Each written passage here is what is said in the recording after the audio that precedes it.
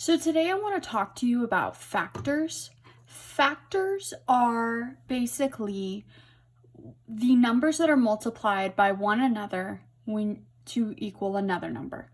So for example, say I wanted all of the factors of the number 12, okay? So I'm asking for all the factors of the number 12. What I would do to find that is I would decompose, so break apart the number 12 into multiplication problems that equal 12.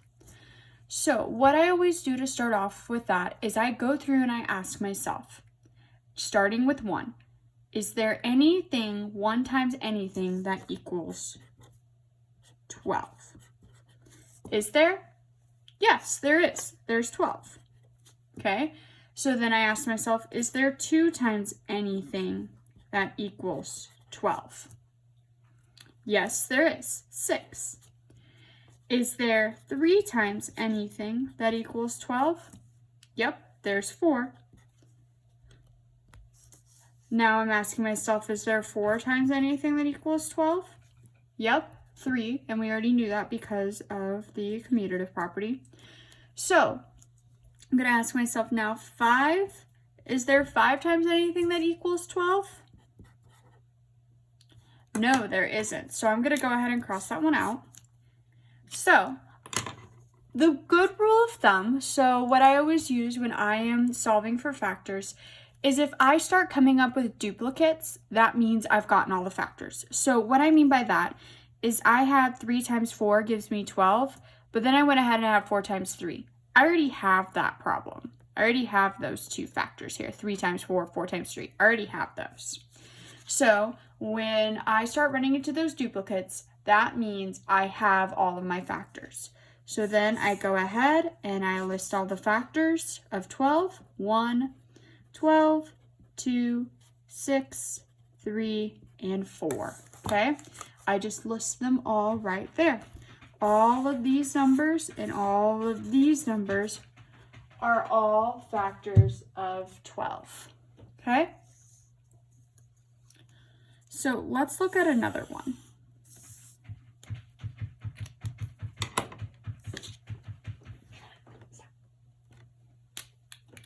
So say I asked for all of the factors of 16. I want all of the factors of 16.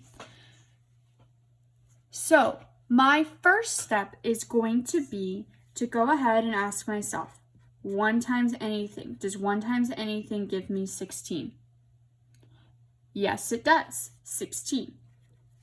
Does 2 times anything give me 16? Yes, 8. Does 3 times anything give me 16? No. So X that one out. Does 4 times anything give me 16? Yes, 4 does. Okay. Does 5 times anything give me 16? Nope. 6 times anything? Nope. 7 times anything? Nope. 8 times anything? Yep. And that's 2. And we already got that up here, so we're running into duplicates. So now I'm going to go ahead and I'm going to circle all of the factors I found when I decomposed the number 16. And I found all of those numbers. So then when it's asking me to list all of the factors, I'm going to go ahead and I'm going to do 1, 16, 2, 8, and 4. I'm only going to write 4 once because even though, yes, it takes 2 4s multiplied by each other to get 16, we only need to write it once. So I'm only going to write it once.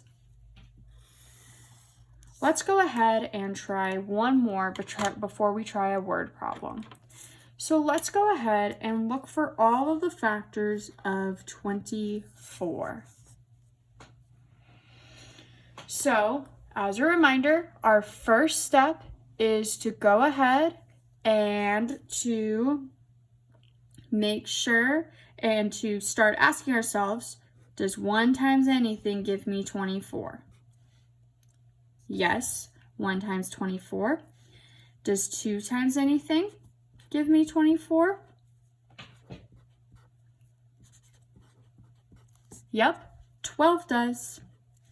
Does 3 times anything give me 24? Yes, 8. So here's where really knowing your multiplication facts comes in handy, because if you didn't know that, then you would miss a set of factors. Does 4 times anything give me 24? Yep, 6. Does 5 times anything give me 24? Nope. Does 6 times anything give me 24? Yep, 4. Okay, we're running into duplicates now. So now we're done, and we can start listing our factors.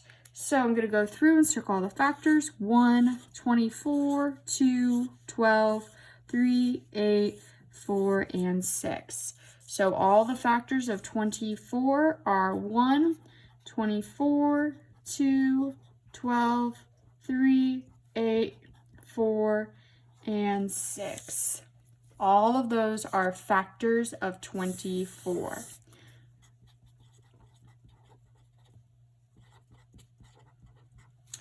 There is one more problem that we are going to look at.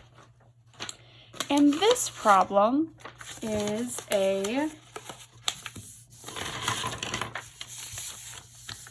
word problem related to factoring. This problem says, members of the marching band line up in 6 rows of 8. How many total members are there? Identify 2 other ways they could line up in equal rows and columns. Okay, so there's 2 questions here. One, how many total members are there? And our second one is to identify 2 other ways they could line up in equal rows and columns. So the first thing I'm going to do is I am going to go ahead and figure out how many total members there are there, because then that'll help me figure out what other ways I can actually have them line up. So 6 rows of 8 is the same thing as 6 times 8, which gives me 48. So there's 48 members in the band. Well, what could I do to figure out some other ways to get other equal rows and columns? Well, I know that I can list out all the factors of 48. So I'm going to go ahead and do just that. Does 1 times anything give me 48? Yep, 1 times 48. Okay, does 2 times anything give me 48? Now, this one might be a little trickier to come up with, but it is actually indeed 24. And one way you can think about that is that you know that 24 plus 24 gives you 48. So you could think about that. You could go ahead and ask yourself, 48, half of that is 2 and half of that is 4, so that would give me 24. Let's go ahead. I also know that 3 might be something, but I don't know that one yet because I don't have any division strategies yet to solve this. So I'm going to go ahead and not worry about that one because they're only asking me for 2 other ways. And I actually already have 2 other ways, but I know there's one more fact I know. I know that 4 times 12 gives me 48. Okay, so they've already only asked me for 2 other ways, so I'm just going to go ahead and list those 2 other ways and not even worry about the fact that I don't know how to solve 48 divided by 3 yet to figure out if 3 times anything does give me 48. We'll touch on that soon. Don't worry about that yet. So 2 other ways would be 2 rows of 24 and 4 rows of 12. So there's factors for you. Factors are taking one number and decomposing it into all the numbers that multiply by it, multiply together to equal that number. When you start running into duplicates, that means that you have, just like we see here, that means that you have found all the factors, and then all you need to do is list them. It's as easy as that.